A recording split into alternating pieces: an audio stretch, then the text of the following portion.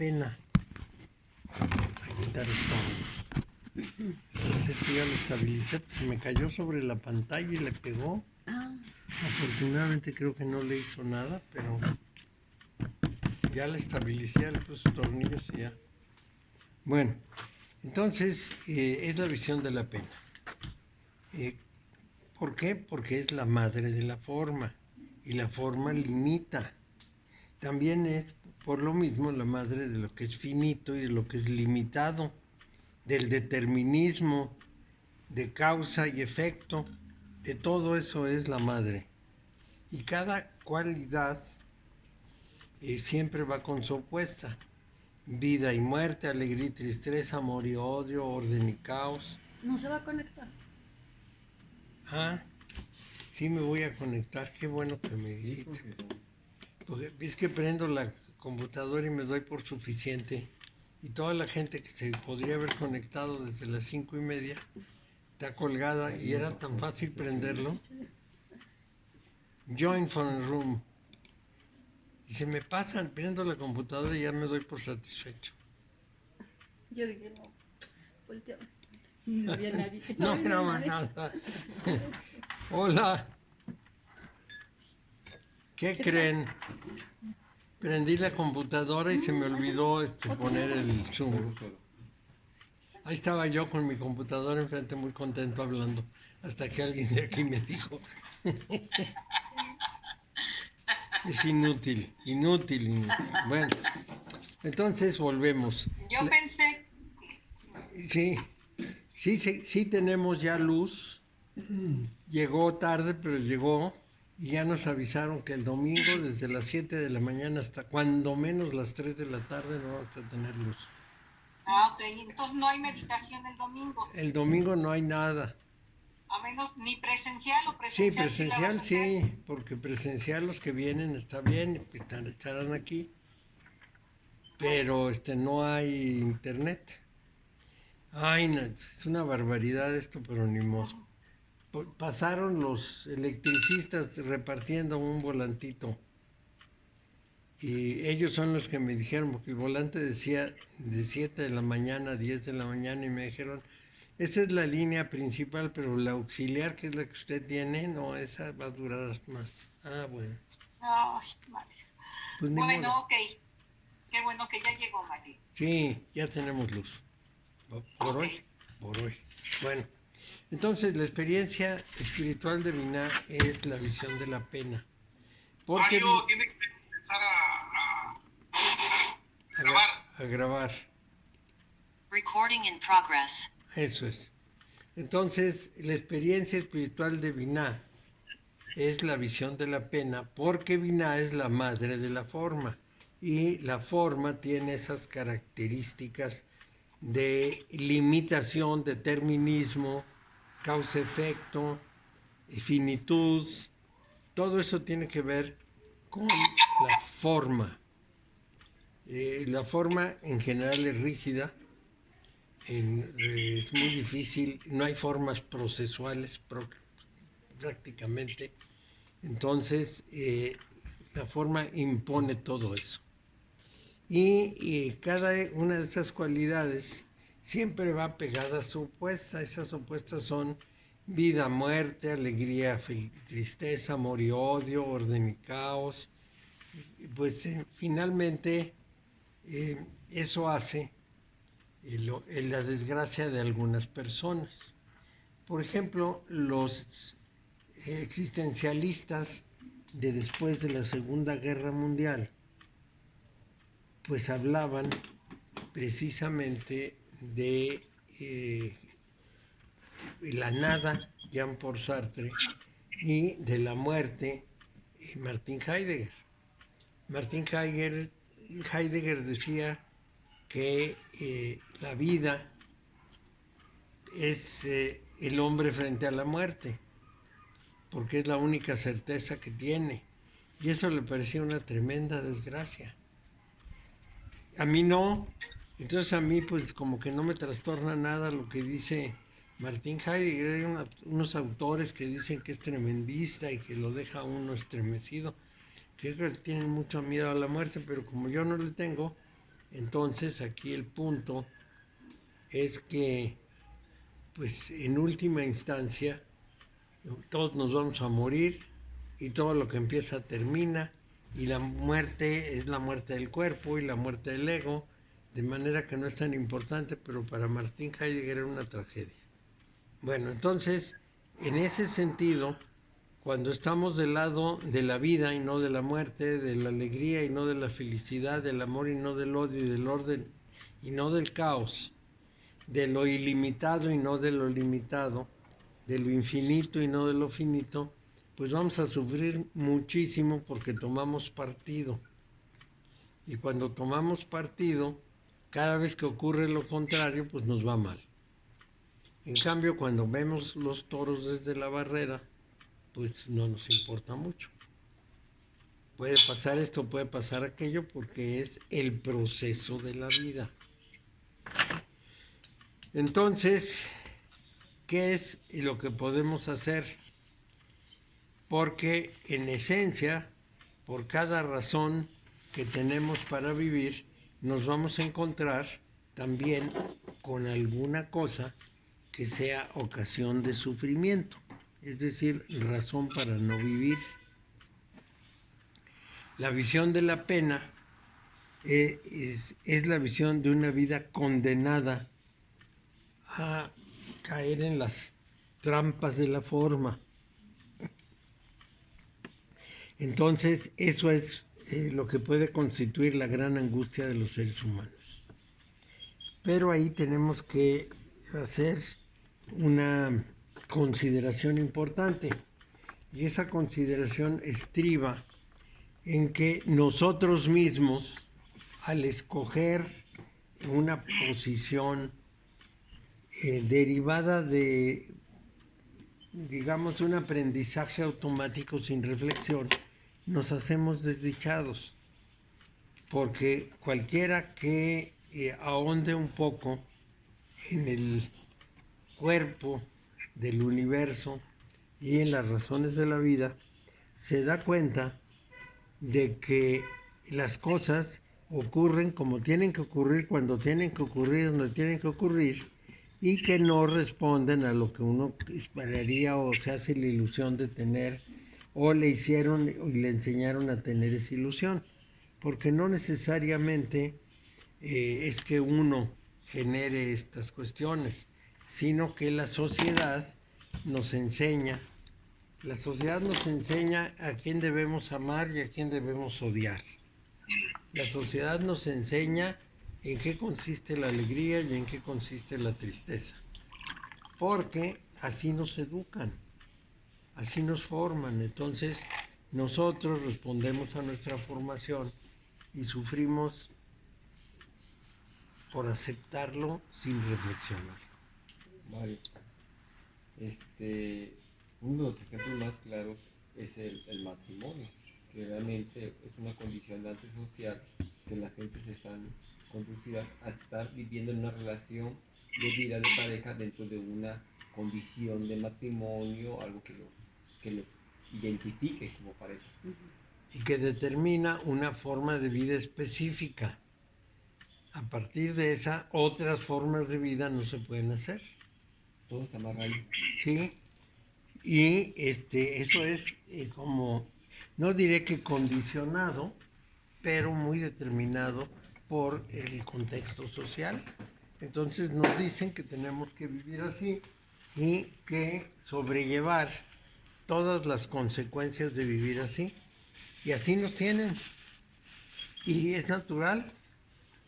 Yo recuerdo muchas veces haber oído, sobre todo a mujeres, decir, es que, bueno, pues el matrimonio es difícil, es que hay que aprender, hay que aceptarlo, hay que ceder en muchas cosas, hay que, etcétera, etcétera, partiendo de la idea de que es necesario, de que es inevitable, que tiene que hacerse.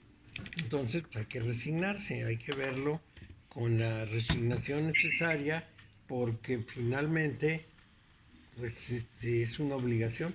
Un ejemplo de ello somos los hijos del matrimonio. Mi madre, cuando se quejaba uno de sus hijos, lo único que decía, es mi cruz Es decir, no es suficiente la relación de matrimonio. Ahora de que tenía que atender y dar la cara por los hijos, decía, es mi cruz. ¿Sí? Es decir, a final de cuentas es una secuencia de tormentos sociales y emocionales. Claro. Y que los acepta.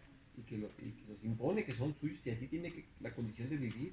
Claro, y que tienen que aceptarse y que pues, ni modo. Curiosamente no decimos lo mismo de las demás cosas, de la muerte y de lo demás, ahí sí nos oponemos, pero en eso pues, nos conformamos y vivimos en función de todo ese conjunto de supuestos, aprendizajes con supuestos que nos llevan a sufrir lo que no debería sufrirse, lo que debería verse con objetividad, con distancia, desde una perspectiva sin compromiso con ninguna necesidad de que las cosas ocurran de una manera. Pero como queremos que ocurran de una manera, entonces sufrimos cuando no ocurren. ¿Cómo tienen que ocurrir las cosas? Pues como van pasando.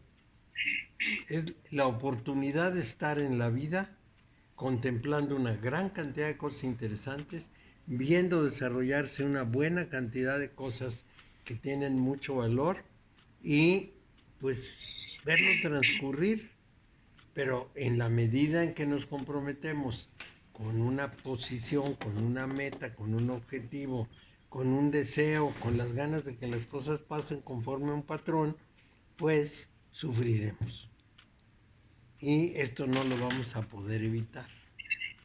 No tiene remedio. Y bueno, así es. Finalmente, es la visión de una vida condenada a ponernos trampas en prácticamente todo lo que para nosotros pudiera ser el deseo de un disfrute permanente, que no lo tenemos. Bueno, entonces, si lo vemos, vamos a decir, en su límite, es algo así como un truco maligno que nos traza algo negativo, un demonio maléfico que nos estuviera empujando en la vida, una broma enferma, una prisión con la muerte como única salida. Así se puede ver la vida. Y esto pues no tiene remedio. En la física hubo un par de expresiones muy importantes en esto de personas muy inteligentes para sus ramas, que fueron Einstein y Hawking, los dos unos físicos muy brillantes, pero muy pegados al modelo. Einstein nos dijo, Dios no juega a los dados, y Hawking respondió, no solo juega a los dados, sino que cambia las reglas del juego a mitad del juego. Entonces, Einstein quería un mundo ordenado con un Dios bueno que pusiera todo en el lugar en que los seres humanos quisiéramos que estuviera. Y Hawking esperaba que hubiese una congruencia en el comportamiento del universo. Y ninguno de los dos le atinó, porque en primer lugar no hay nadie que quiera cumplir nuestros caprichos para que el mundo sea muy parejito, muy uniforme, todo muy bonito y todo arreglado como a nosotros se nos pega la gana. Y por supuesto, a nosotros también nos gustaría que hubiera un ser supremo, fuerte, capaz, que no permitiera que nos pasara nada. Nada de lo que nosotros queremos que no nos pase. Es decir, con nuestro criterio de lo que consideramos el bien, el mal, lo que debe ser y lo que no debe ser. Y Hawking, pensando en que los comportamientos tienen que ser ordenados, nada más faltaba que el universo fuera desordenado. Y claro, su crítica es muy básica, nos cambian las reglas a mitad del juego. Oye, Mario, al final de cuentas los dos están hablando de acuerdo a lo que tú has estado mencionando, que vivimos y actuamos en razón de lo aprendido. Hawkins, obviamente cuando le dio esclerosis múltiple, pues claro que le cambiaron los dedos a mitad de juego porque era un hombre sano. Pues sí. Y este Einstein que venía que es un baby boomer, o más bien que nació y vivió en medio de guerras, pues también quería un orden de mundo. Sí, sí, sí, están determinados por su experiencia, ¿eh? Y sus juicios, en ese sentido, no son propiamente objetivos, sino subjetivos. Bueno, entonces aquí el problema es que vemos a Binac como la madre de la pena, la visión de la pena, porque nosotros esperaríamos que el mundo estuviera más acomodado a nuestros gustos.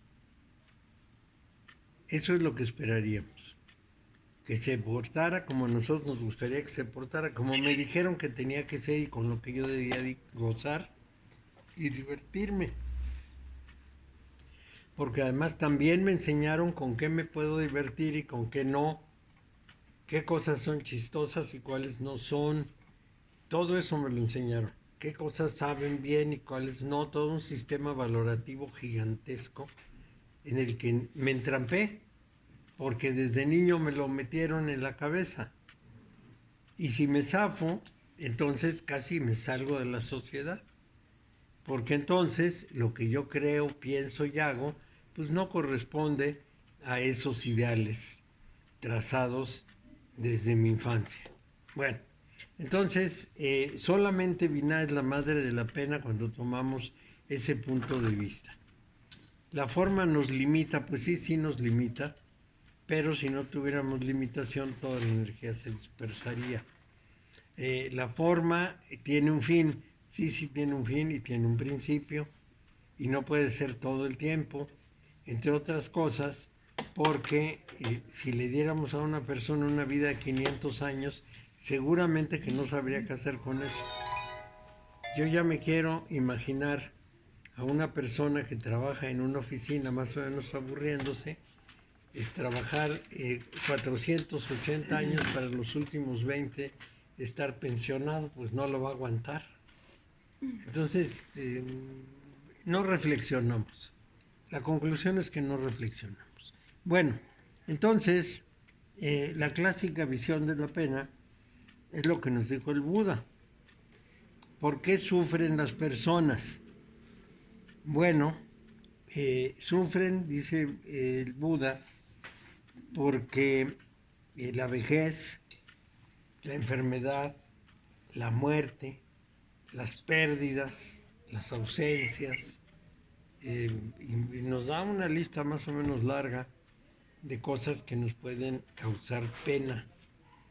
Pero otra vez volvamos, nos causan pena porque nosotros tenemos una forma de ver las cosas. Entonces, el Buda lo que aconseja es el desapego, que es una fórmula. Es decir, si yo me desapego de las cosas y dejo de tener interés en ellas, pues no me importará lo que pase. Yo recomendaría más bien la reflexión y la comprensión de que las cosas ni son tan buenas ni son tan malas como creemos, ni tan importantes ni tan carentes de importancia. En fin, que deberíamos ver el mundo como llega y no como nos gustaría verlo. Una de las cosas que a mí me ha sugerido esta idea es la forma en que los niños toman la muerte. En general, los niños, cuando por alguna razón van a morir, son bastante heroicos, lo aceptan, les duele y dicen que les duele cuando se trata de un mal doloroso, cuando no, simplemente como que se encogen, se duermen y se mueren. Y se mueren muy pacíficamente. Casi ningún niño hace el escándalo que un adulto. En general, para ellos, pues eso es lo que sucede. No tienen ninguna otra interpretación y lo aceptan. Los adultos pues tienen todas las otras cosas, toda la ilusión generada por su aprendizaje. Entonces ahí debemos ver que la solución del sufrimiento tiene varias puertas. Bueno, por ejemplo, Tolstoy, que fue un hombre muy sensible, dice haber sufrido mucho, porque le pasaron un montón de cosas negativas que eran propias de la idea de un gran sufrimiento. Pero en realidad, pues en Rusia, él tenía un título nobiliario y tenía recursos, de manera que fue un sufrimiento con medios económicos, que no fue el sufrimiento de los trabajadores campesinos rusos que la pasaron espantoso. Bueno, entonces, ¿qué es lo peor que Vina puede ofrecer? Pues vamos a tomar los negativos. La muerte, el caos, el odio, la enfermedad, etcétera, que finalmente pues son parte del conjunto. Bueno, ¿cuál es la ilusión de Vina? La muerte. Esto es, la visión de Vina puede ser apremiante, pero es solo una cara, es solamente una media verdad. Y la finitud que nos canta es una ilusión. Incluso nuestra propia finitud personal es una ilusión, pero nosotros no lo vemos así. Nosotros lo vemos como un gran desastre. No pensamos en más posibilidades, que además generalmente no las tenemos. Perdónenme un segundo. Ya. Es lo mismo de que van a cortar la luz.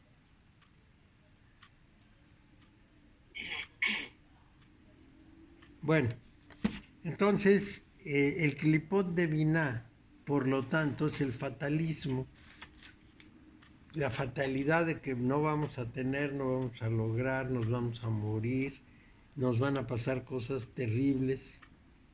Es la creencia de que estamos aprisionados en la causalidad mecánica de la forma y no solo somos incapaces de cambiarla o lograr alguna cosa, sino que aún si pudiéramos no serviría de nada.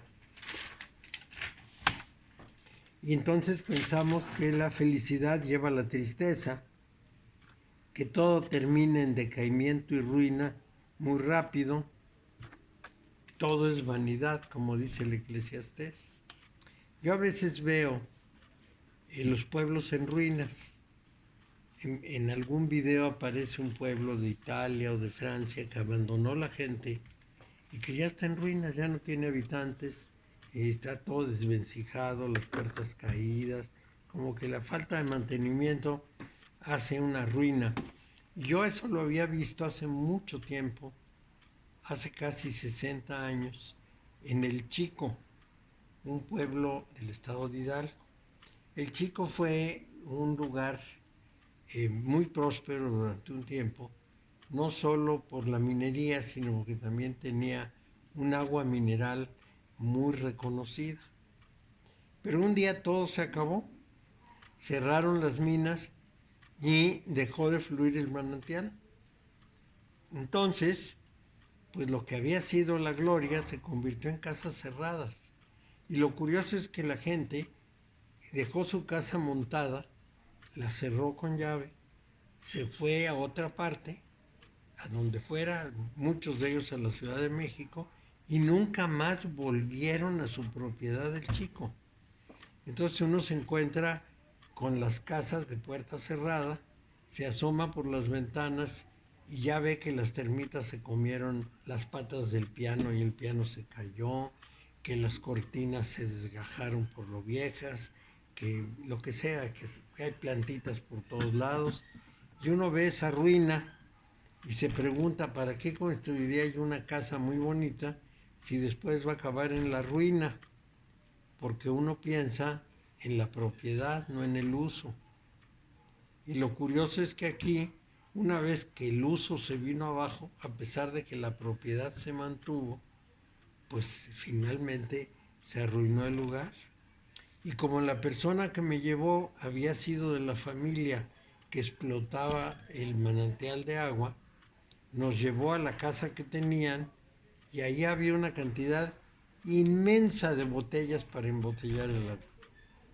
todas las que circulaban ellos, pues las tenían acumuladas ahí porque un día las guardaron, las dejaron ahí acomodaditas y se fueron. Me parece tan raro, me parecía tan extraño ese lugar, lo que pudiéramos llamar un pueblo fantasma. No era fantasma porque todavía vivía gente ahí, pero casi parecía un pueblo fantasma. Muy notable, muy notable. Y la gente de ahí tenía bastante memoria de las familias que habían vivido y de lo que hacían. Entonces era muy extraño, era como vivir, como estar vivo y muerto al mismo tiempo. Bueno, entonces nosotros podemos pensar que la felicidad lleva a la tristeza, que la vida lleva a la muerte, que la creación lleva a la decadencia, y todo esto es fatalismo. Es fatalismo porque no pensamos en procesos, sino en estados. Es decir, si yo tengo una casa y disfruto vivir en ella es suficiente. Si la casa desaparece, ya la disfruté. Si yo tuve una vida y la disfruté y un día me muero, pues ya disfruté la vida, ya hice lo que tenía que hacer. Entonces, mi fatalismo consiste en partir del principio de que todo debería conservarse como era. Y resulta que pues no es así. Hoy recibí un recado muy interesante, porque el recado dice que lo que deberíamos hacer, ahorita les voy a leer un pedacito del recado porque me llamó mucho la atención. Propone repartir un mensaje que dice: yo soy de la clase media con aspiraciones a un México mejor y con mucho orgullo. ¿Cuáles son los 3 problemas que presenta un mensaje como este? Primer problema, todos los mexicanos queremos un México mejor, los pobres, los ricos, los medianos y todos. Y todos lo vemos con mucho orgullo. Ahora, no todos los mexicanos eran de clase media, unos sí y otros no, pero el mundo cambió y el país cambió. Entonces, las clases medias empezaron a esfumarse, y empezaron a esfumarse por una razón muy simple, porque se polarizó la sociedad, y se polarizó la sociedad porque no paramos ese proceso a tiempo, no porque hay una fatalidad terrible o un mal espantoso que nos lleve a eso, sino porque finalmente la evolución del mundo nos llevó ahí. ¿Y cómo contribuimos los de clase media a eso?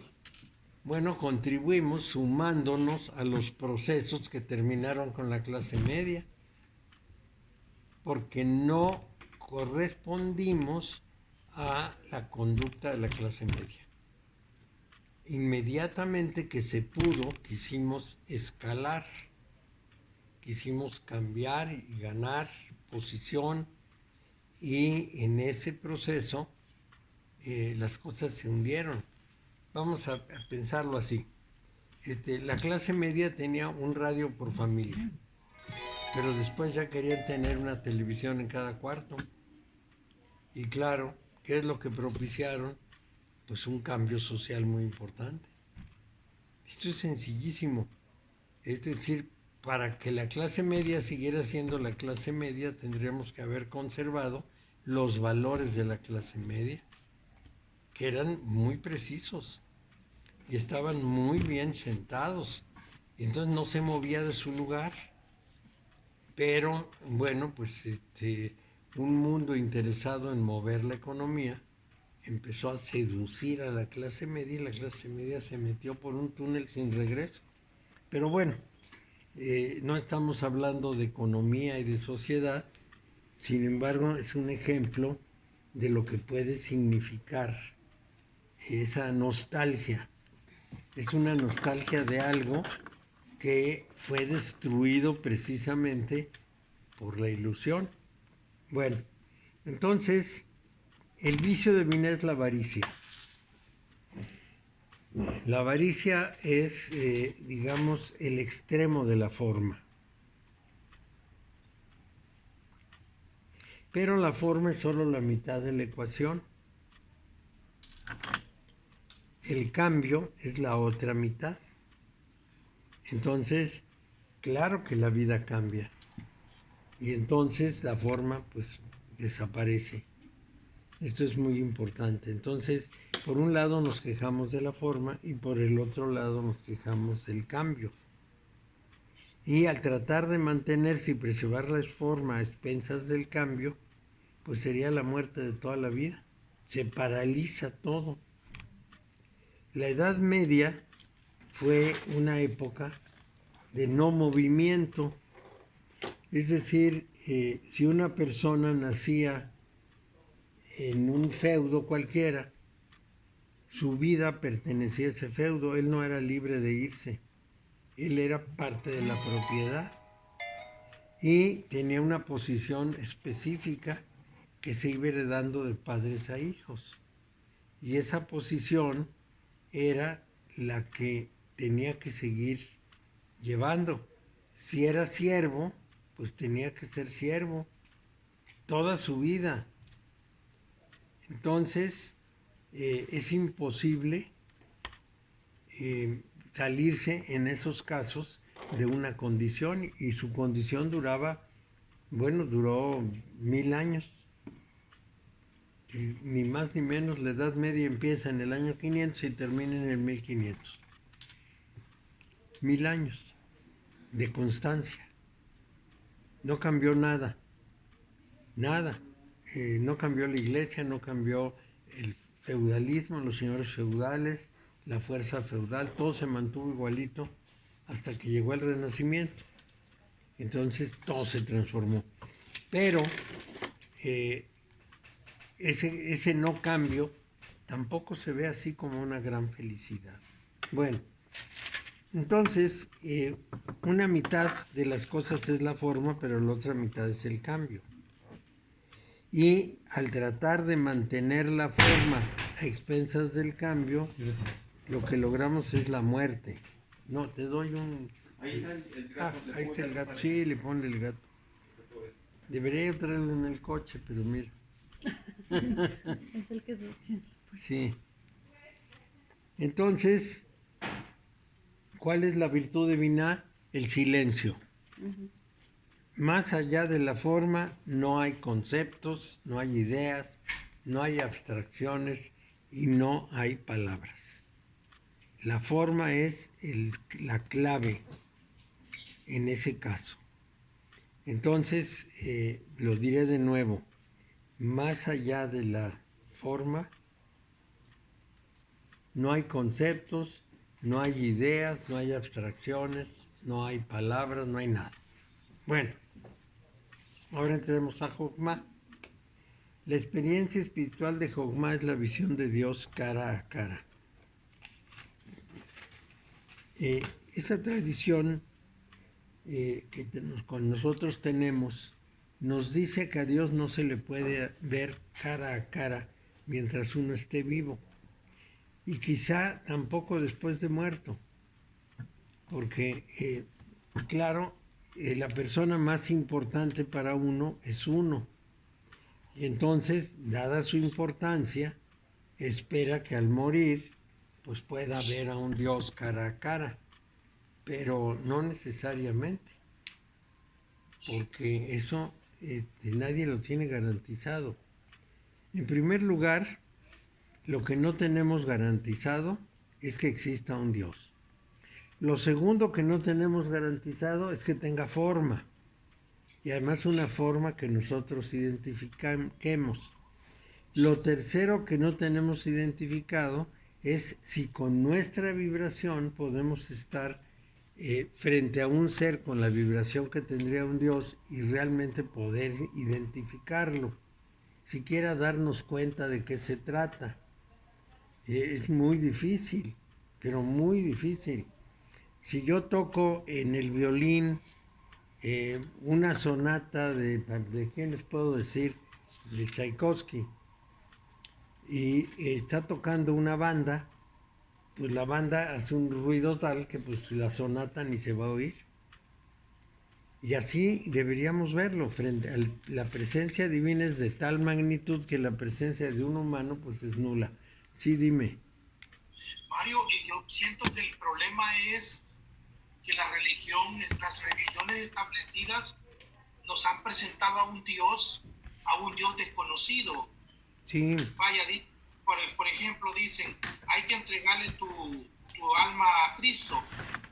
Pues sí, pero yo con Cristo no tengo ninguna relación, nada, no tengo ninguna relación. no, Y así por el estilo podemos poner a Krishna, a Mahoma, a Alá, a Hashem, al que me pongas.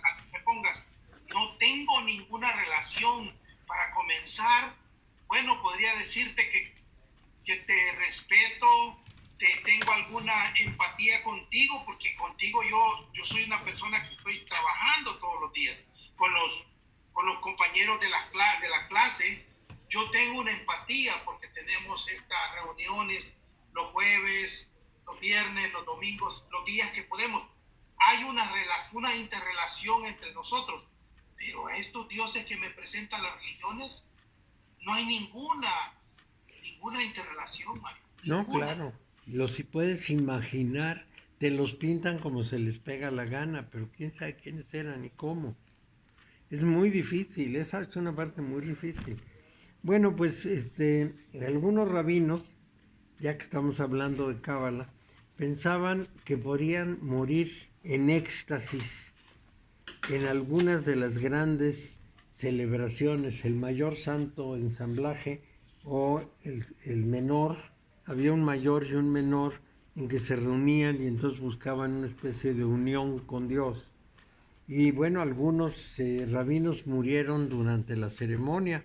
Uno de ellos, en el menor, fue Simeón ben Yochai, que fue un gran cabalista, que murió a la conclusión de la ceremonia. Bueno, entonces ellos decían que habían muerto ante la visión de Dios, que se abrió el cielo, vieron a Dios y se murieron, lo cual pues pudiera ser posible, aunque eso presume que Dios tiene forma. Bueno, entonces hay una creencia que está muy difundida de que mirar directamente la cara desnuda de Dios significaría la muerte. Pero bueno, no sabemos de mucha gente que haya visto la cara de Dios y de que haya muerto después de eso. Porque finalmente cuando Moisés se encuentra con Yahvé en el monte Sinaí, Yahvé le dice que no lo puede ver cara a cara y ahí se acabó todo. Y nada más lo ve de espaldas.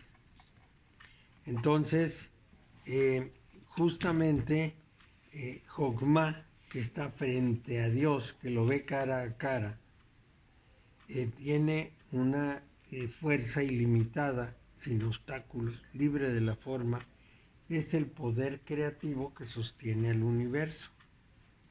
Y entonces, en ese caso, la muerte se empequeñece muchísimo, pero muchísimo. Frente a esa fuerza vital, la muerte, pues no, como que no la podemos visualizar. Les voy a dar un ejemplo que quizá lo podamos asociar. Un buen día el sol va a morir, nuestro sol va a morir. ¿Por qué va a morir? Se le va a acabar el hidrógeno suficiente para mantener el proceso de generación de calor y luz. Eso sucede. Sí va a tener hidrógeno, pero no el suficiente. Entre la masa de un cuerpo celeste como un sol y su producción y su atracción gravitacional por la masa y su producción de energía por la fusión del hidrógeno y por lo tanto un empuje expansivo que mantiene el equilibrio, ese equilibrio se rompe cuando ya no hay el combustible necesario para hacer la expansión y entonces triunfa la gravitación y el Sol se hace enano.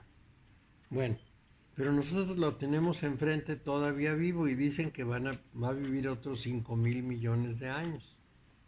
Entonces, para nosotros es una fuente de luz permanente.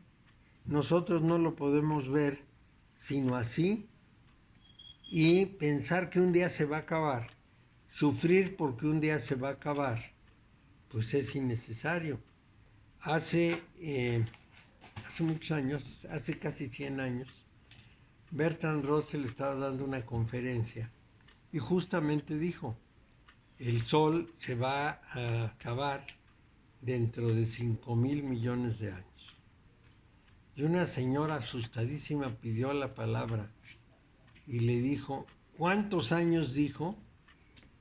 Y Russell respondió, 5,000 millones, señora. Ay, yo pensé que en 500. ¿Y cómo se 500 millones de años, pues 5,000 millones de años da exactamente igual. Para nosotros no tiene ninguna trascendencia. Se va a acabar, pero por lo pronto, en nuestro margen de vida, no vamos a ver eso y no va a suceder. No es una verdad realizable, es una verdad a futuro, pero no realizable. Entonces, pues no lo vamos a ver. Bueno, entonces, esto es muy importante porque Jogma es fuerza ilimitada y va a seguir siéndolo a lo largo de toda nuestra vida. ¿Cuál es la ilusión de Jogma? La independencia. ¿Por qué? Porque cuando estamos en Binah nos vemos encerrados en la forma, separados, finitos, como la muerte es vista como una ilusión de nuestra libertad, ¿no? La muerte nos limita y Binah nos limita también. Mario, pero en filosofía, en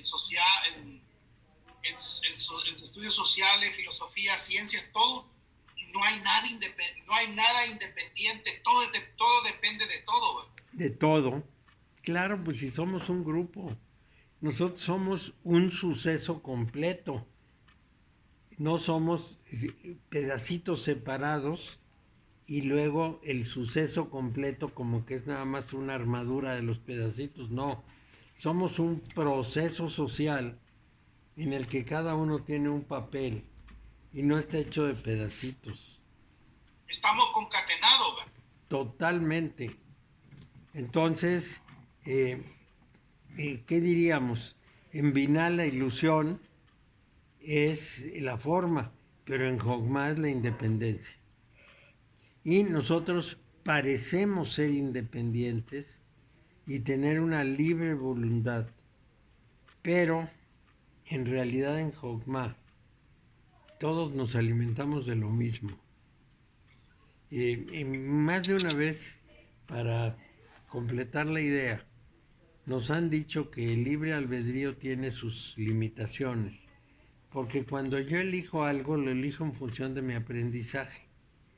No lo elijo al azar o, vamos a decir, probando todas las posibilidades y analizando todos los contenidos. Es decir, si yo quiero ir al cine, vamos a poner el ejemplo, y veo que hay 3 o 4 películas, pues me voy a guiar por cosas muy relativas, por el título de la película, por el director que me puede parecer confiable, por los comentarios, en fin, o los comentarios de la prensa internacional, de la prensa nacional, de los comentaristas de cine, pero me voy a guiar evidentemente por algo que es que no soy yo. Yo no sé si ustedes vieron la película El Náufrago o Castaway se llama en inglés. Castaway, no. Yo no la vi. Se la voy a explicar en corto. De un señor que se naufraga en un barco y sobrevive en una isla. Y ahí él llega a esa isla solo, totalmente solo el señor. Y entonces allí él solo, no tiene amigos, no tiene nada. Y él se hace amigo de una pelota de esta señora. ¿Cómo se llama Sí, la el Estela balón? Spalding. El náufrago. Ya. Pon tu sonido. Pon tu sonido. Entonces él se pone, él en eso que queda solitario, se hace amigo de una pelota de fútbol americano y le pone en la necesidad de él tener relación con otras personas. Él le pone Wilson a la pelota, porque la pelota es Wilson. Entonces su amigo es Wilson. Y entonces él lleva al Wilson para allá, el Wilson para acá, y pues es su amigo, ¿verdad? Y finalmente, al final de la película, el Wilson se le pierde. Y ese hombre sufre, irremediablemente sufre. Como no te puedes, no, ahí lo van a ver en la película. Ahí, por eso te digo yo que nosotros no somos independientes. No, no somos. Somos de interrelación humana, somos de interrelación entre nosotros mismos, del aire, del agua, del fuego, de la tierra, de todo. No podemos ser independientes, hermano. Pues Estamos íntimamente concatenados. Y esta película es muy, muy interesante. Se la recomiendo para que la vean. Se dice... Es con Tom. ¿Con qué? Es con Tom Hanks, que es la película. Uh-huh. Bueno, se dice que todos sacamos agua del mismo pozo, porque finalmente la fuente de nuestra ubicación en la vida es una fuente social de una época y un lugar determinado. No es cualquiera del mundo.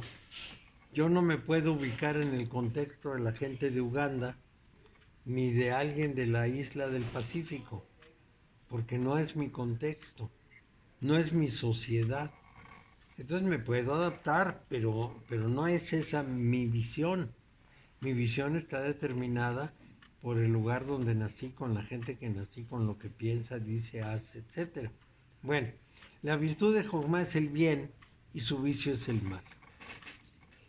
No importa cuál sea la definición de bien o mal, así lo concebimos. Entonces, en Jogma está la posibilidad de acción, cualquier tipo de posibilidad de acción, circunstancia y creación. Y finalmente, también ha cambiado un poco el enfoque respecto de Dios en los cabalistas. Esto ya lo hemos visto, pero aquí cabe repetirlo. Para los cabalistas contemporáneos, Dios no tiene por qué ser bueno, ni por qué ser malo, porque no tiene nada que ver con la naturaleza divina. Tiene que ver con lo que nosotros sentimos que es bueno y malo para nosotros. Eso no cabe la menor duda. Yo creo que las vacas, si pensaran en esto, pensarían que Dios no las quiere, porque las tienen encerrados en unos corrales chiquititos, paradas todo el tiempo, sin sus crías, en una situación de desgracia, les sacan leche por cantidades enormes, las tienen súper explotadas y luego las matan. Entonces, bueno, pues esas vacas deben pensar que si existe un Dios es un malvado. Y a nosotros nos parece muy bondadoso porque nos da las vacas para comer. Entonces, esa relatividad del bien y el mal, los cabalistas modernos ya la hicieron a un lado y consideran que Dios ni bueno ni malo, ni es el bien ni es el mal. Entonces, a los cabalistas medievales les gustaba, vamos a decir, sondear esas profundidades sin fondo del bien y el mal, pero finalmente terminaban en lo mismo, porque esos conceptos son nuestros, no son divinos. Bueno, el clipot de Jogma es la arbitrariedad.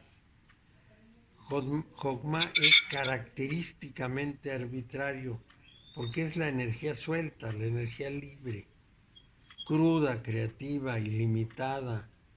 Es una energía que se expresa completamente como es, como sale, o sea, arbitrariamente, sin consideración de qué esperamos o no esperamos. Esto es muy importante y caótica además. Entonces, algunos autores lo han visto así y esto más o menos hace que la voluntad divina de la energía pudiera no ser lo que podemos llamar una fuerza ciega, sin dirección y esencialmente mecánica y neutral, en que esa fuerza es creativa, destructiva, ordena, revuelve.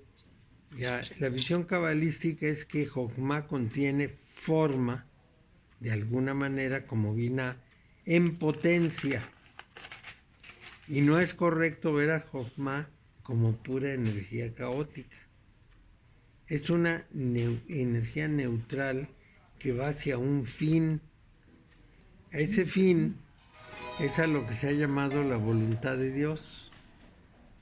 Y más o menos así lo concebirían los cabalistas contemporáneos. Es decir, la energía divina, ni buena ni mala, no es una creadora de grandes caos, ni mucho menos, sino que en potencia lleva una dirección y es una energía neutral dirigida a obtener un fin determinado en función de también le llaman el plan de Dios. Ese plan de Dios nadie lo conoce, pero mucha gente no duda de que exista. Hablan del plan de Dios como si de veras lo hubieran visto. Bueno, la experiencia, ahora vamos a Keter. Ya vimos cuáles son los problemas con Jokmá y las virtudes. ¿Cuál dijo que era el clipot de Jokmá? La independencia es la ilusión de Jokmá y su vicio es el mal. No dejo más. Pero La el clipot- arbitrariedad. La arbitrariedad, sí. Mario, pero este plan de Dios, si alguien osara a descubrir su plan, inmediatamente lo va a cambiar, ¿verdad? Pues sí. No le va a gustar, pero para nada. Bueno, entonces, Jokmá es, en primer lugar, se ilusiona, luego es capaz de dañar en vez de ayudar y lo hace arbitrariamente, lo hace a capricho, vamos a decir. La experiencia espiritual de Keter es la unión con Dios. Eso es muy difícil de explicar. Para los cristianos y para algunos otros místicos de otras partes, la persona, después de ciertas prácticas y con cierto trabajo, puede fundirse en Dios, puede tener la experiencia de unión que Santa Teresa llamaba el matrimonio espiritual. Pero para los judíos eso es imposible. Es decir, una persona se puede asociar con Dios para ayudarlo a su obra, pero no puede fundirse en Él, ni lo puede ver cara a cara, ni se puede fundir en Él. No hay fusión, no hay entrega al punto en que se convierten en uno. ¿Por qué? Pues porque son de dos naturalezas distintas. Ahí los judíos son muy claros. Yo no puedo pensar en un Dios que es como la naturaleza mía, porque eso no sería un Dios. Si un Dios tiene cuerpo y tiene ojos y tiene brazos, etc., pues le puede tener miopía y puede estar enfermo del hígado y le pueden pasar muchas cosas, porque esos aparatos no funcionan perfectamente todo el tiempo. Si existe un Dios, tiene que ser de una naturaleza tal que sea incomprensible para nosotros. Entonces, nada de fundirnos. ¿Cómo nos fundimos con algo desconocido? Sí.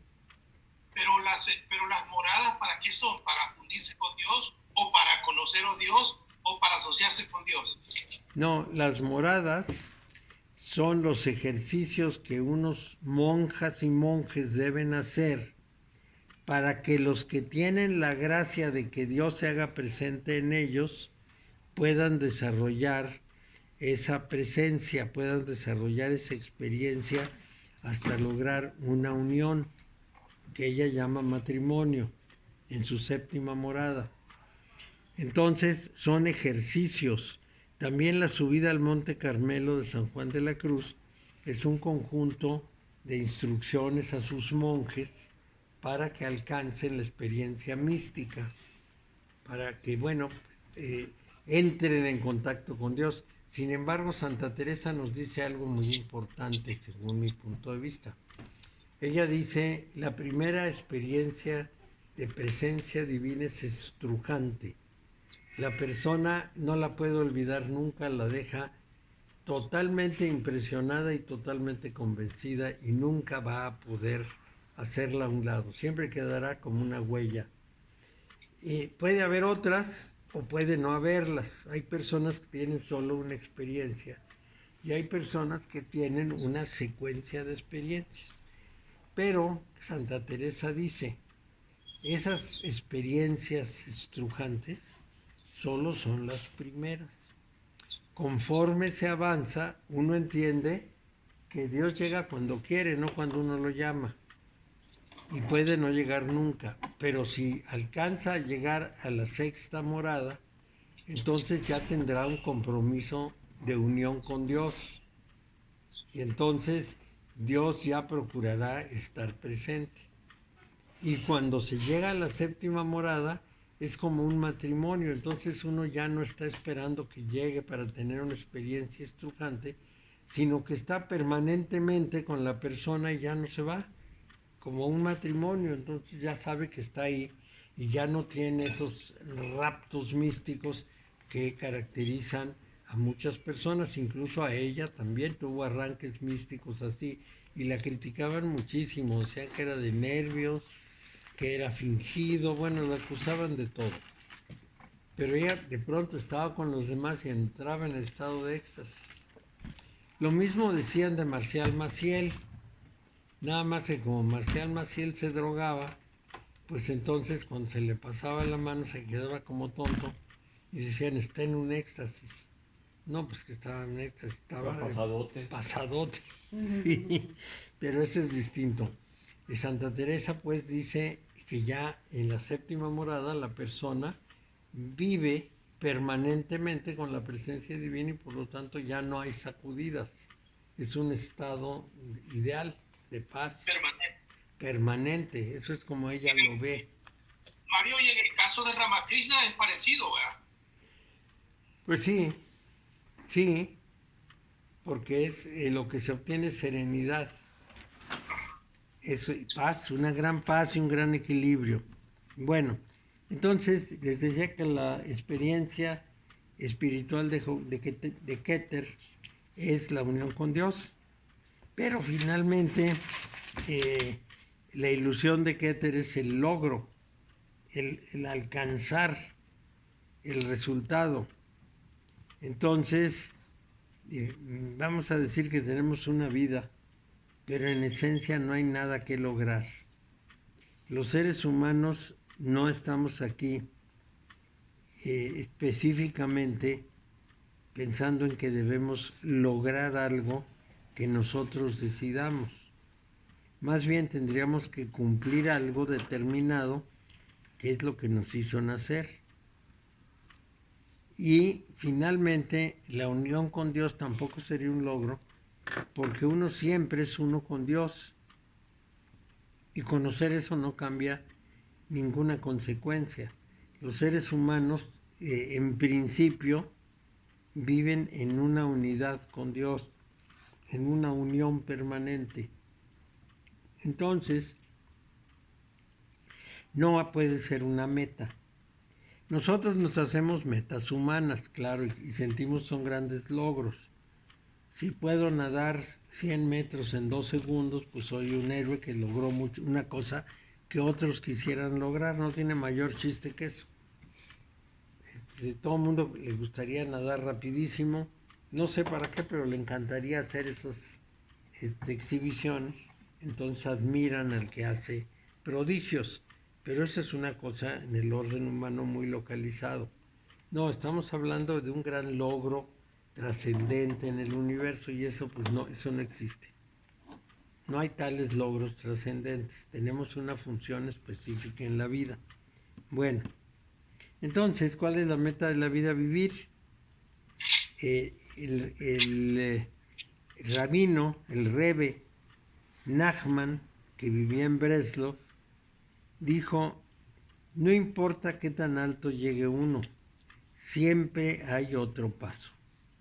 Siempre se puede dar un paso más.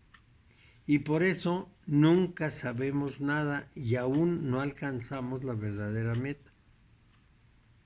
Y califica este concepto de profundo y misterioso. O sea, no importa dónde hayamos llegado, a qué alturas hayamos escalado, siempre es posible dar un paso más. Y entonces no vamos a acabar nunca, porque además lo importante no es la meta, sino el proceso. ¿Cuál es el clipot de Keter? La inutilidad. Es decir, que todo eso no sirva para nada. Para nada. Es decir, que el esfuerzo se pierda y que la energía se pierda.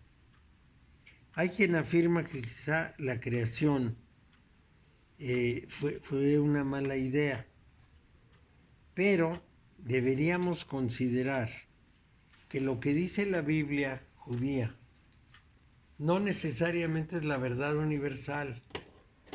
No tomemos la Biblia como la referencia efectiva. Pensémoslo con independencia y lo más probable, si la creación se hizo creación, es decir, si fue creado el universo, estoy seguro que no se creó pensando en nosotros. Nosotros tenemos la idea vanidosísima de que todo se hizo pensando en nosotros, lo cual es verdaderamente absurdo, porque si se hubiera hecho pensando en nosotros, no seríamos tan insignificantes. Vamos, qué necesidad de tener unos enanitos en un planeta chiquitito dentro del universo, en comparación con otros chiquitos, perdidos por ahí en un brazo de una galaxia mediana, con un sol mediano, en un planeta mediano, en una medianía completa, y además en un proceso no acabado, sino que es un proceso que se va dando poco a poco. Si se hubiera hecho pensando en nosotros, sería como lo dice la Biblia. Es decir, Dios hubiera creado un ser humano completo, ya con todas sus facultades de golpe, sin el terrible sufrimiento de un proceso evolutivo desde los organismos unicelulares hasta nosotros. Entonces, todo ese esfuerzo y toda esa condición, y cuando el ser humano finalmente ya es Homo sapiens, todavía es un animal, tiene que salir al mundo a competir con otros, a comerse lo que puede, a que se lo coman, y pasa 230,000 años en ese estado de vagancia, tratando de encontrar la comida en donde sea, sin ningún desarrollo específico notable, sino conviviendo como cualquier otro animal. Y más o menos por el año 70,000, cuando empieza a articular el lenguaje, 70,000 antes de nuestra era, es cuando empieza a humanizarse. Entonces, pensar que el universo se hizo pensando en nosotros no tiene sentido. Ahora bien, nosotros nunca podríamos haber estado en una etapa anterior del universo, porque lo que requerimos para ser lo que somos tiene, digamos, como antecedente una gran cantidad de cosas que tuvieron que pasar antes para que hubiera la posibilidad de que se diera la vida. Digamos que en la Tierra la vida apareció en el 3.800 millones antes de nuestra era, y apareció como organismos unicelulares. Si hubiésemos querido que apareciera antes, no hubiera aparecido, porque no estaban dadas las condiciones, ni la temperatura, ni la cantidad de agua, ¿no? Imposible. Entonces aparecimos cuando debimos aparecer, después de una elaboración larguísima para que hubiera seres vivos, y luego 3.800 millones de años para que hubiera humanos. Bueno, pues el universo no se hizo pensando en nosotros, salimos casi de casualidad. Esto es muy importante. Entonces, decir que la creación fue una mala idea es una tontería porque no está adaptada a nosotros. No fue hecha porque estuviéramos ahí nosotros muy contentos. La Biblia sí dice eso, pero eso no es cierto. Sí, Fíjate que estaban diciendo ahora en un programa de estos, en un canal alemán, que se lo emiten en español el programa, que con el calentamiento global están produciéndose un tipo de hongos, y esos hongos tienen una bacterias muy pesadas que pueden matar al ser humano en cuestión de segundos. Entonces están tratando de crear un tipo de medicina para poder matar este tipo de bacterias, porque son unas bacterias muy, muy pesadas. mira, sí es el hongo negro, ¿no? No sé qué tipo de hongo es, pero porque en Europa se consume mucho el hongo, en Francia, en Alemania y en otras partes de Europa se consume mucho el hongo, entonces están previniendo a la población de no consumir ese tipo de hongo porque es muy, muy pesado ese hongo. O sea, estás hablando de un hongo comestible, Sí, porque el hongo que está amenazando a la humanidad es un hongo que entra al cuerpo y te hace unas manchas negras. Por ejemplo, se te pone morado el ojo Es un verticilio. o se te pone morado un brazo y Verticilio. entonces te mueres porque no lo puede parar con nada. En México ya hubo el primer muerto con ese hongo. Justamente le dio en este ojo, se le puso morado, así como si le hubieran dado un golpe, y empezaron a tratar de curarlo, pero el hongo se extendió al cerebro y a todas partes y se murió el individuo. Y es peligrosísimo, según dicen, porque no lo pueden contener. Bueno, pues esto nos pasó con el ébola también. El ébola se come la piel. Entonces, esas cosas pasan. Hace muchos años vivía yo en una casa vieja y abajo de la escalera había uno como almacén, pero estaba ya como muy avejentado y decidí pintarlo. Pintar la pared, pintar un mueble que había ahí, pintarlo todo para dejarlo así como visible. Entonces, en un cierto momento me empezó a dar comezón en este dedo. Empecé a sentir comezón y me di cuenta que tenía una ruedita que era como un honguito. Entonces no le hice mucho caso, seguí pintando y al rato había crecido. Esto es que no puedes controlarlos, quién sabe qué clase de bicho era. Razón por la cual me fui a la estufa, la prendí y puse el dedo. Y por supuesto que el hongo se murió, quemado, como en la Inquisición. Y así acabó, porque si lo dejo y me pongo una cremita a ver si se va, capaz que me come el dedo. Pero era velocísimo porque creció muy rápido. Entonces, tú no tienes que estar pendiente de eso, porque sí pasa. Pero en fin, aquí el asunto es que nosotros tenemos que hacer un juicio lo más equilibrado posible sobre la pertinencia de nuestro concepto de que somos muy importantes en el universo, de que el universo está así como para nosotros y de que somos lo que pudiéramos llamar la meta divina. Es decir, la meta de la creación es ponernos en el planeta Tierra, que es, bueno, una mota de polvo en una inmensidad, y que ahí nos desarrollemos.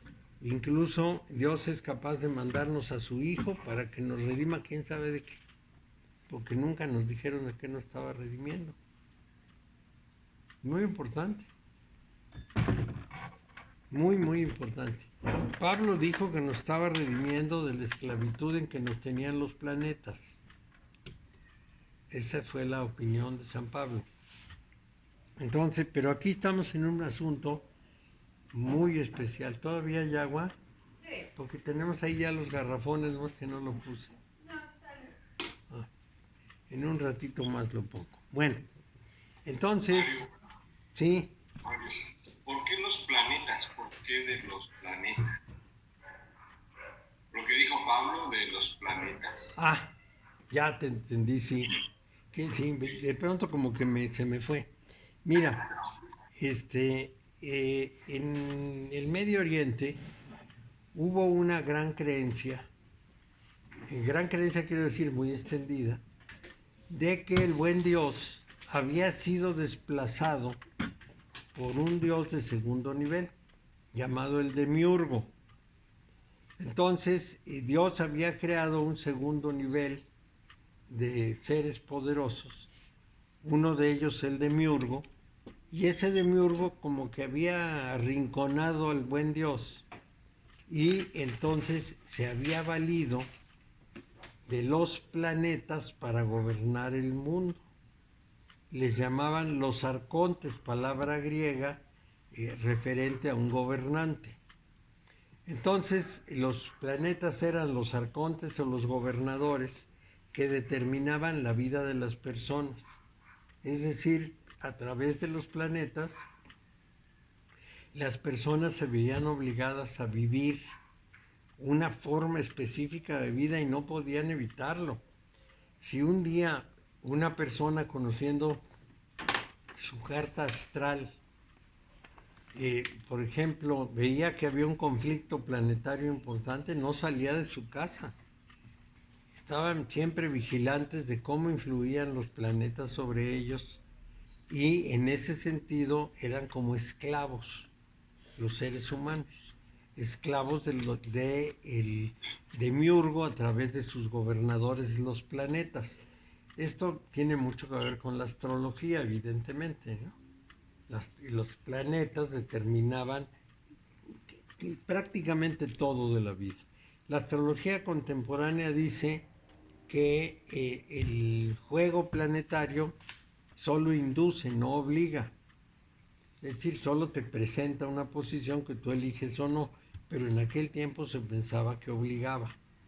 Entonces Pablo dice que si los arcontes hubieran sabido que Jesús era el Hijo de Dios, nunca lo hubieran matado, porque eso acabó con su poder. Como los seres humanos éramos esclavos de los planetas, un Dios con su sangre nos redimió, como se redime a los esclavos para liberarlos, y nos salvó de la esclavitud. Ese punto de vista de Pablo es el que prevaleció. Es una visión soteriológica de Jesús muy rara, porque para los discípulos él era el rey de Israel, de carne y hueso, vivo, que muere de alguna manera, a lo mejor murió en la cruz efectivamente, y para ellos eso es lo que pasó, pero para Pablo no. Para Pablo era el Hijo de Dios que había sido enviado para redimir a la humanidad de la esclavitud en que nos tenían los arcontes, o sea, los planetas. Esa era una visión muy, ¿cómo pudiéramos decir? Muy de la época. Era un curso común entonces. Y la iglesia lo tomó, pero en cierto momento le quitó los adornos, y lo que puso es que si los príncipes de este mundo, no dice los arcontes, sino si los príncipes de este mundo hubieran sabido que era Hijo de Dios, pero eso no da ningún sentido. A los príncipes de este mundo les importaba un bledo si era el Hijo de Dios. El sentido es el que dice Pablo. Eso es lo que tiene sentido respecto a esta interpretación. Por eso los discípulos de Jesús y los apóstoles le decían: Pablo, el Señor nunca dijo esas cosas. Eso no es cierto, pues ¿cómo dices eso? Que los planetas y que... Además, entre los judíos eso estaba prohibido. Decían que quien hablara de astrología debería ser muerto. Entonces, para los discípulos, que eran todos judíos, pues eso era así como una enormidad que decía Pablo. Pero Roma encontró mucho más conveniente, pues Pablo formó Roma, el catolicismo romano lo hizo Pablo, y encontró mucho más conveniente seguir a Pablo que seguir a los discípulos, porque los discípulos exigían que cualquiera que fuera a seguir a Jesús tenía que circuncidarse y además cumplir todas las reglas del judaísmo, y eso pues no le gustaba más que a los judíos. Y Pablo, en cambio, abre el panorama y sin que tengan que circuncidarse ni seguir las reglas judías, les ofrece la salvación, la redención. Entonces, esto lo toman los romanos con mucho entusiasmo y eso divide la iglesia oriental de la iglesia occidental. Porque en la iglesia oriental no se acepta que Jesús haya sido hijo de Dios y no se acepta la tesis de la redención. No es así, no lo ven así. Entonces, esa pugna entre Oriente y Occidente tuvo su momento de crisis en el Concilio de Nicea. Y como Constantino estaba interesado en mantener la paz en su imperio, lo que hizo fue favorecer al grupo de Roma contra los grupos orientales, y todo el catolicismo contemporáneo pues es paulino. Por ahí está la explicación. Es larga, pero es muy importante entender eso, porque es una diferencia radical. Uno diría, pero ¿por qué se pelean? ¿Por qué se persiguen? ¿Por qué se insultan? Pues porque son dos visiones. En realidad son dos maneras distintas de ver la función del Cristo paulino, porque él es el que le puso Cristo. Sí, es muy importante. Hay un grupo Gracias. que se llama los mandeos o sabianos, que son unos judíos que siempre vivieron en la diáspora, en el exilio o desde tiempo muy remoto. Ellos consideran que Juan el Bautista era el verdadero Mesías. Ellos siguen a Juan el Bautista y el Evangelio de Juan. Luego hay otros, los ebionitas, los pobres, que son la continuación del grupo que formaron los apóstoles a la muerte de Jesús, que también afirman que Jesús no era un Dios, que era el rey de los judíos, que era un rey con todas las facultades de sacerdote y de lo que quieran, pero un ser humano. Entonces, ese grupo que es lo que queda, la consecuencia de la unión de los discípulos después de la muerte de Jesús, sostiene que no era nada de un Dios, que era un maestro, que era un guía, que era un rey, y también varias iglesias orientales. Entonces, ahí tenemos un punto muy delicado para el cristianismo. Bueno, entonces, el clipot de Keter es la inutilidad. Y hay gente que ha pensado, moviéndose en el clipot, que la creación fue una mala idea, que finalmente pues el Ein Sof debería haber recogido a Malhut y olvidarse de todo, que quizá la creación es una burla, es un engaño, una basura, todo en función de sus ilusiones. Si sus ilusiones se ven frustradas y dicen esto está mal. De tal manera que ellos proponen que, bueno, pues se admite el error y que simplemente desaparezca el universo. De modo que esta es una posición de algún grupo de personas muy desilusionadas porque el mundo no es como ellos desearían que fuera. Esto es lo mismo que dijimos al principio. Yo me hago una idea de cómo deberían ser las cosas y luego critico las cosas porque no son como la idea que me hice. Eso es un disparate, pero eso es lo que hacemos. Es como cuando una mujer se casa con un hombre diciendo, es que yo creí que Sí, pues ibas a hacer. Sí, pues no. Y a la verdad de la hora. No lo conoce, pues claro. Chocan los dos. Y es lo mismo, a mí me platican cómo debe ser el mundo y luego digo, pues no es como me platicaron, es una porquería este mundo, que lo quiten y pongan el mío. Pues no. Esto no puede ser. Pero sí, es lo más común. Si no se tuviera ese punto de vista, yo creo que el sufrimiento se reduciría a una quinta parte. porque no estaríamos lamentando esto, aquello, lo otro, lo demás allá, lo que nos pasa, como nos pasa, porque así es el universo, pues ¿qué vamos a hacer? Vamos a decir las enfermedades. ¿Qué son las enfermedades? Pues dice un autor que nosotros somos la peor enfermedad del planeta Tierra, porque acabamos con todo, acabamos con los animales, acabamos con formas de vida de lo más variada, y además acabamos con el medio y le pegamos a la Tierra espantosamente, les traemos todo lo que podemos. Pobre planeta y pobre grupo de seres vivos, porque el ser humano es verdaderamente el depredador número uno, pues no, la primera enfermedad. En cambio me cae un microbio, yo creo que es un maldito microbio que me está matando, y yo al pobre microbio ya maté miles de ellos. Para ahora, bueno, pues entonces, Somos vivos. tenemos un punto de vista muy parcial. Esa es la verdad. Somos muy parciales para juzgar. Nosotros nos consideramos perfectos y con derecho a hacer cualquier cosa, y todos los demás no pueden hacer las cosas porque no nos gusta. No se parece a lo que yo quería, pues no puede ser. Bueno, entonces lo dejamos aquí para la siguiente sesión, en que vamos a ver. Mario, antes de que te vayas, 3 cosas. Sí, Una, te felicito porque hoy es el Día del Padre. Por lo menos de veras, ¿verdad? Sí. Sí, la otra es que encontré todos mis libros, todos los documentos que tú me diste ahí en México. Sí. Qué encontré bueno. Encontré el de Cábala, mira, aquí lo tengo. Sí, son documentos muy buenos. Encontré el de Tarot y encontré el de Alquimia y unos auxiliares que dice Keter, meditaciones sobre las cartas del Tarot. Sí.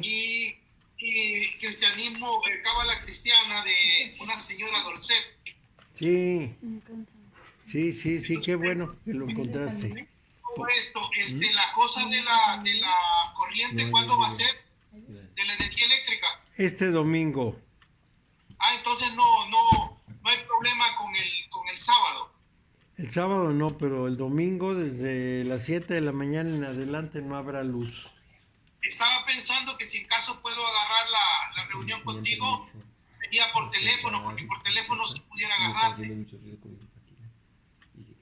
No, porque mi máquina no funciona sin electricidad, porque el internet no funciona sin electricidad.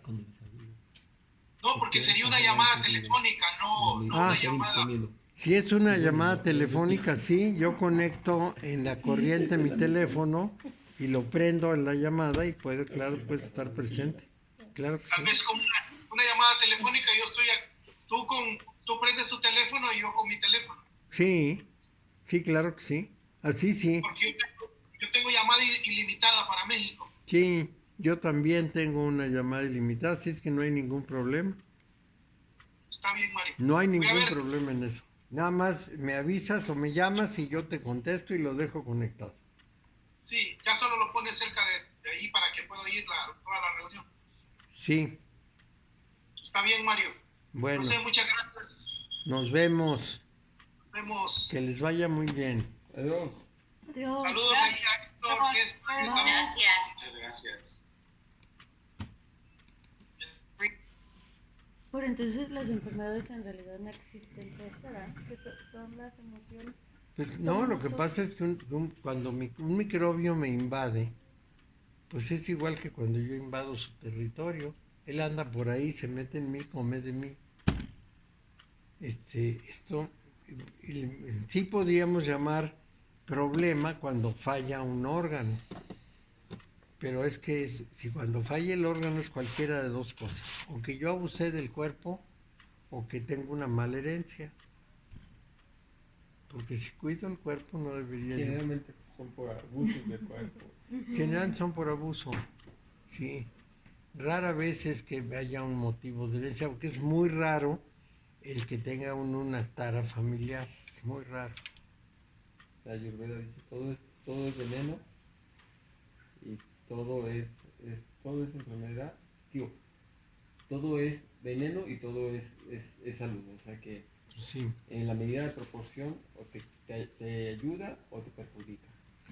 Hay una enorme cantidad de personas que traguznean como si no hubiera otra cosa que hacer en la vida. ¿Cómo no se van a enfermar? Se comen de todo, de mil maneras, Los muchas kilos cosas que son mortales. insanas, y claro que se enferman, pues sí. Que ese es un placer, pues es un placer, pero tiene su riesgo. Sobre todo si es mucho, porque lo inmoderado es lo terrible, no tanto lo que uno come, sino lo inmoderado como uno lo come. Y bueno, pues corre riesgos, claro.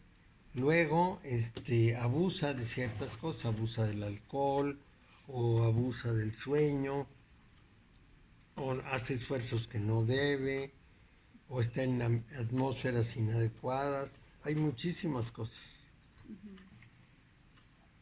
Por ejemplo, les voy a dar un ejemplo. El pescado ahumado y cualquier carne ahumada es cancerígeno. Si uno se come un pescado ahumado hoy y dentro de 9 meses no pasa nada. Pero si lo come con frecuencia, pues claro que le da cáncer. Todos los que acostumbran a hacer carne asada cada fin de semana. Pues sí, se Sí, están porque condenando. Porque la parte mercado. quemada de la carne es fatal. Qué Pero rica sabe. sí, El carboncito y son las tentaciones.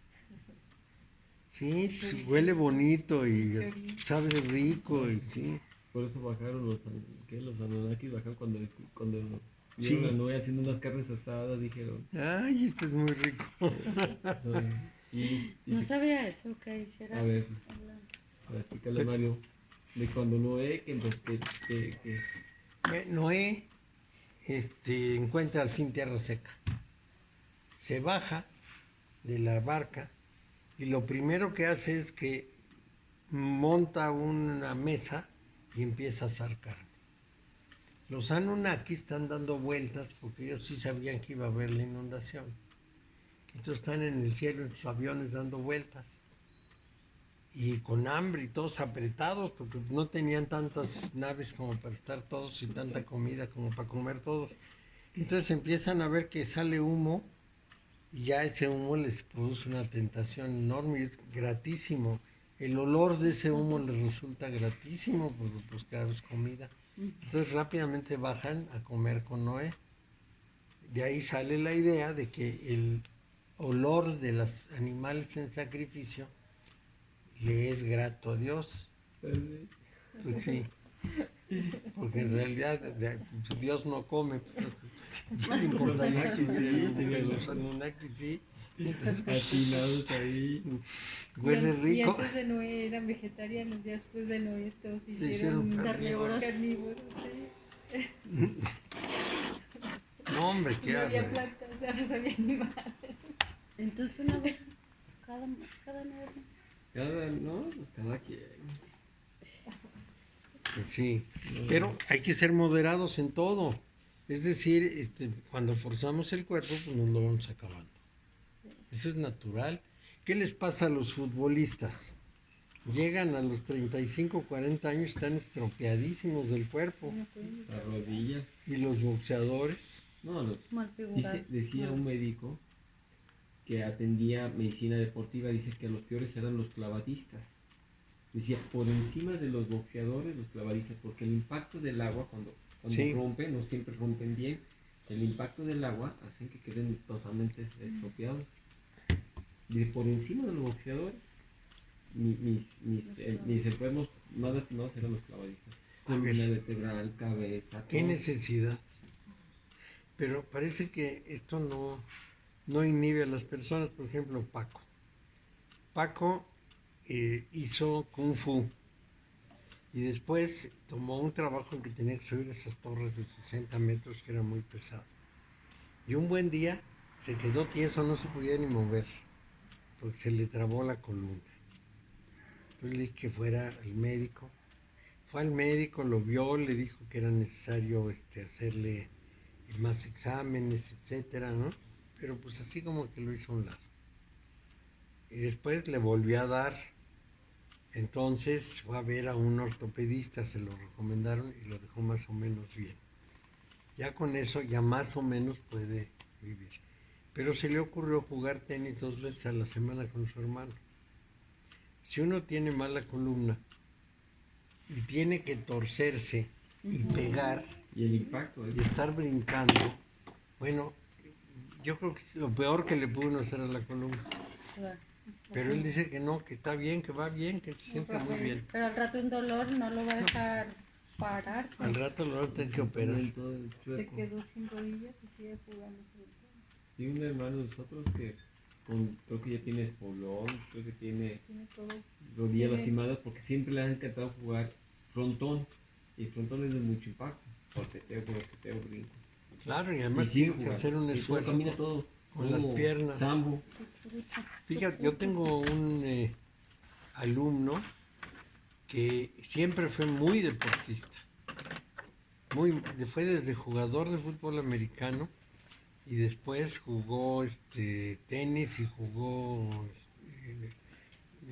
no frontón, sino estas Squash. cosas. Squash. Ah, pues, Él creó un squash, el primer squash que creo que lo creó él. Bueno, el caso es que le tuvieron que cambiar las 2 rodillas. Y bueno, le dijeron que iba a quedar muy bien. Una pierna la puede doblar, la otra la tiene tiesa. Los médicos dicen que quedan muy bien y es una mentira. Con eso Pura engañan mentira. a la gente. La Para que famosa se pegue. pelota vasca también. Cuando vino aquí, bajaba la escalera de espaldas y una pierna la doblaba y la otra nomás la arrastraba, sí. Entonces, bueno, pues, pero era un súper aficionado, no quería dejar Un de jugar. atleta. Y es curioso porque, ¿qué es lo que en el fondo les interesa a los que juegan así? La competencia. Es un problema de competencia, no es un problema de ejercicio. Pero tiene que ver mucho con nuestras heridas, ¿no? Mi herida de abandono, de demostrar que puedo ser más de lo que fue mi padre, de lo que fue. Es una competencia Una competencia, constante contra mi progenitor. ¿sí? Contra lo que yo Para no que me hice. volteen a ver, porque mi carencia de cariño necesita reconocimiento para que me adulen. Pues sí, y ahí estamos con las rodillas acabadas. Yo traigo también una rodillita medio lastimada. Y con mi fisioterapeuta, cuando iba y que la atendía, me decía: dejarlo así, pues un niño muy inquieto. Dice, la consecuencia de brincar, de andar, que las alturas no le importa de niño, a la larga van a comenzar a tener unas lastimaduras. Sí, pasa. Yo alguna vez, por ejemplo, cuando subí libros, eran unas cajas pesadísimas. Te lastimaste. Entonces las rodillas me quedaron lastimadas, pero las seguí usando y seguí ejercitándolas y se recuperaron. Las tengo muy bien. Sí. Pero podría haberlas arruinado. Es que eran cajas pesadísimas. Yo les decía a los que me estaban ayudando a empacar, compren cajas chicas, Claro, aunque sean para más. poder la caja. No, comprar unas cajotas así. No, pues, sí. ¿quién las puede subir? Yo ahorita estoy moviendo una biblioteca de un madral de libros. Voy a checar cuántos libros son. Y sí les compré puras cajitas así, Claro. porque ya la experiencia que me daba es de las 6 zapatillas. Es una cajita chiquita. Seno 6 minero. Que no fuera más de 45 centímetros por 45 por 45. Claro, Porque más es lastimoso para el padre. claro. Es mejor mover 500 cajas de esas